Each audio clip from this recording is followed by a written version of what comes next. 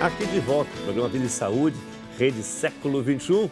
Nosso convidado, Dr. José Carlos Barbi, ele que é ortopedista. Queremos a sua participação, pode ligar para cá, 0 operadora 19 3871 9620. Aguardamos a sua ligação e também o seu e-mail. Seu e-mail é para vida e saúde, rs21.com.br.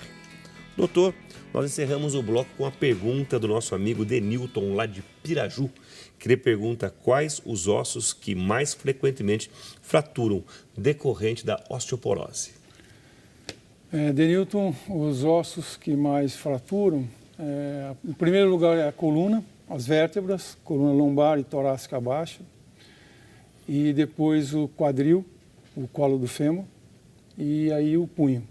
E são decorrentes de quedas, muitas vezes, em casa. Às vezes o paciente que tem uma osteoporose, em casa tem muito tapete, o chão é liso, não tem antiderrapante, e aí é onde acontecem as quedas, e aí que se descobre que existe uma fratura. Então é mais comum a fratura da coluna, a fratura do colo do fêmur e o punho, o rádio e o curvo. Aí, respondida a pergunta, nosso amigo Denilton, vamos agora sair do estúdio e vamos para a rua. E vamos ver o que o povo pergunta.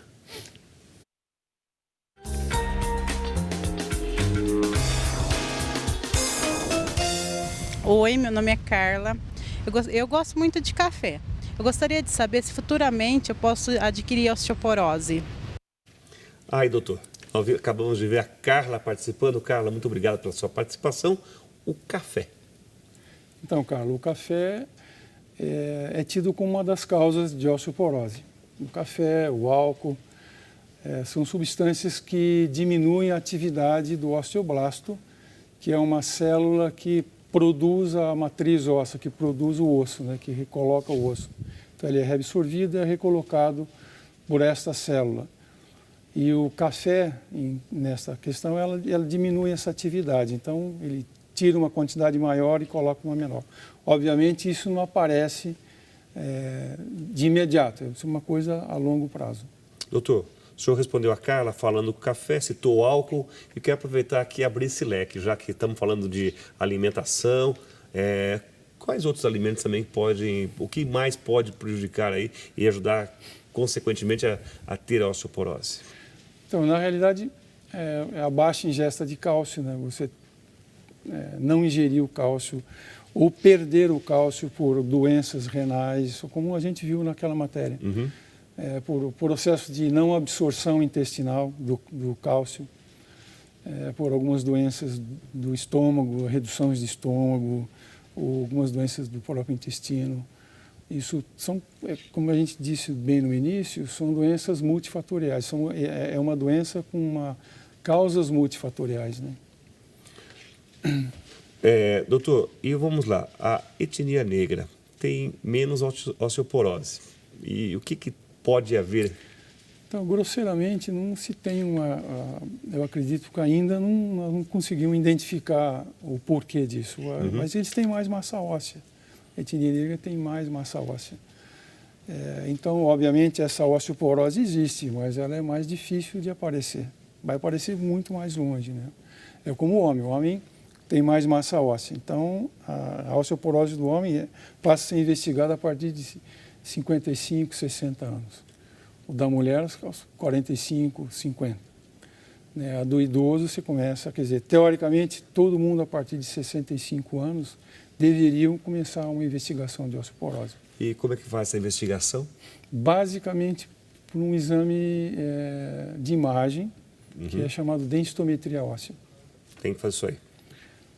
É o exame que vai mostrar a quantidade de cálcio que tem naquele osso e, obviamente, se ele tem um potencial de quebrar. Então, existem alguns parâmetros que a gente, então, segue no exame.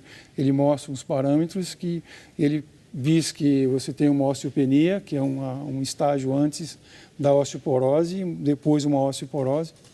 Então, ele tem até o -1, por exemplo, que é um T-score que eles... se diz que é normal, até 2,5 ou antes 1 osteopenia. A partir de menos 2,5 osteoporose franca. Né? Doutor, vamos mais uma vez para as ruas, o povo Vamos pergunta. Vamos lá.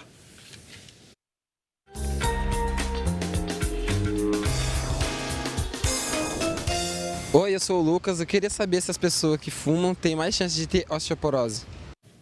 Olha, doutor, o Lucas conversando conosco.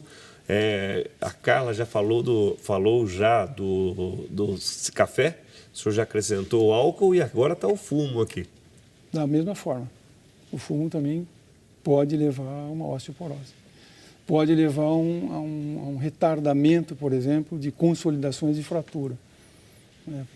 Então, também é um hábito que gera uma consequência, além de todas as que a gente já conhece, também uma osteoporose. Viu? Além da osteoporose também, o fumo, ele causa muito mais coisa, né, doutor? Muito mais coisa. Então, é vida com qualidade. E agora vamos aqui para o nosso e-mail. Nosso e-mail, vidaesaude@rs21.org.br. Quem pergunta é o Robson, não diz o local. Boa noite, Robson Oliveira. Ele fala que a avó dele sente muito mal, com uma dor na perna. Ela foi em muitos médicos e eles pediram um raio-x. Nunca acusa nada nele. Será que é osteoporose? Ele não fala a idade, né? Como é que ele... É o Robson. Robson, é muito genérico o fato de ela ter uma dor na perna. A gente precisaria saber o local da dor e se ela vem se ela se origina nesse local. Por exemplo, muitos pacientes que sofrem alguma queda e que têm osteoporose, muitas vezes têm dor no quadril e eu tenho uma fratura do colo do fêmur, por exemplo, mas ela é num estágio menos avançado e acaba tendo dor no joelho. Então, é uma dor que às vezes se inicia no quadril e fundamentalmente se reflete no joelho. E muitas vezes as radiografias são feitas do joelho e não do quadril. Então, fica mais difícil de fazer o diagnóstico. Então, é importante saber de onde vem a dor, qual é a origem, que local ela está, para que se radiografe do local adequado e, eventualmente, chegar a uma conclusão diagnóstica. Às vezes, uma dor na perna pode vir da coluna. Às vezes, uma fratura com uma compressão de um nervo pode levar a uma dor irradiada para a perna. E assim por diante. Então, especificamente, teria que saber qual é o local. Às vezes confunde a gente. Doutor, a pergunta agora vem da Alice da cidade de Apiaí, São Paulo. E ela pergunta: tomar apenas o leite para prevenir a osteoporose é suficiente ou precisa de mais algum componente como magnésio, zinco, alguma coisa? Então, Alice, fundamentalmente o leite sozinho, o cálcio que nós buscamos no leite, ele é importante para o controle da osteoporose, para prevenir, digamos assim, a osteoporose, mas ele tem que ser tomado junto com vitamina D, que às vezes o próprio leite tem. É importante o conjunto do cálcio com vitamina D. E a vitamina D, se não tem na alimentação, você busca no sol às 8 horas da manhã, com 15 a 20 minutos de caminhada, você acaba sintetizando essa vitamina que vai ajudar esse cálcio que vem do leite a ser reabsorvido lá no intestino e depois ele vai ser depositado lá no osso. Doutor, aqui a outra, voltando aqui ao nosso Vida e Saúde, @rs21.com.br, é uma pergunta aqui que vem do Jorge Feliciano. Jorge Feliciano, ele é do Rio de Janeiro, de Itacuçurá. Ele fala, adquiri uma bronquite aos 41 anos. Hoje ele tem 53 anos. Nesse período ele faz uso de corticoides e usa a bombinha durante todo esse período, sob que o medicamento é eficaz. Mas posso fazer uso desse medicamento em questão da osteoporose? Então, obviamente, o corticoide que você toma para a sua bronquite, ele causa a osteoporose, ele tem condições de causar a osteoporose. Então, eu acho que é importante fazer a densitometria óssea para que a gente possa ter um controle dessa perda de massa óssea. E, obviamente, mesmo em uso de corticoides, existem possibilidades de se tomar algum medicamento que vai ajudar a não retirada do cálcio do osso, né? Que são os alendronatos. São os que você não... ele fixa o cálcio no osso, ele não permite... Eles são bloqueadores de uma célula chamada osteoclasto que vai lá tirar o cálcio. Então, ele permanece com aquela massa óssea. E, obviamente, existem várias medicações que ele pode tomar para prevenir, mas o importante é, uma vez que ele já toma o corticoide há tanto tempo, procurar um reumatologista, um ortopedista, enfim, para que seja feita uma densitometria óssea e daí se documentar qual é o estado desse osso, né? Se ele está osteopênico, se está normal, se ele está osteoporótico, já para iniciar o tratamento. Doutor, vamos continuar aqui no nosso e-mail, vidaesaude@rs21.com.br, e quem participa aqui conosco é a Maria do Carmo, que mora em Petrolina, Pernambuco. Um grande abraço a todos do estado de Pernambuco. Ela pergunta aqui, ela diz, tenho 56 anos e ela fala que ela entrou na menopausa aos 49. E logo após ela fez uma densitometria e acusou a osteoporose no fêmur e no quadril. Não faço nenhum exercício físico, não faço caminhada e que tenho artrose nos 2 joelhos. Já tomou o Nutrical D e Osteonutri. No momento estou tomando nada. O que o senhor me aconselha? Uma consulta, doutor.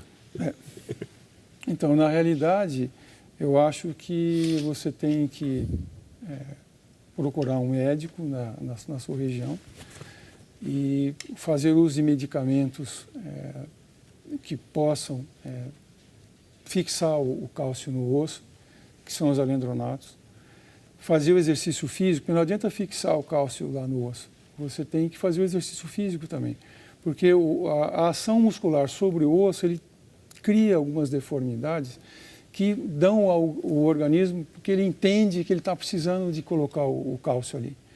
Então, o exercício, aproveita para fazer uma caminhada 3 vezes por semana, na parte da manhã, tomando o seu sol. Doutor, mas tem artrose. Interrompendo, a hidroginástica não seria uma opção? Seria opção para melhorar as articulações. Só que quando você está dentro d'água, você tem uma gravidade próxima de 0. Então, o efeito disso sobre os ossos não é tão benéfico quanto se você for numa academia ou se você for ou fazer uma caminhada. Exercício que, com gravidade, você causa um estresse dentro do osso para que ele possa receber o cálcio, né? Ter a necessidade. Senão o organismo entende que tem demais ali e tira. É como o jovem, por exemplo, que fica muito tempo em repouso acamado.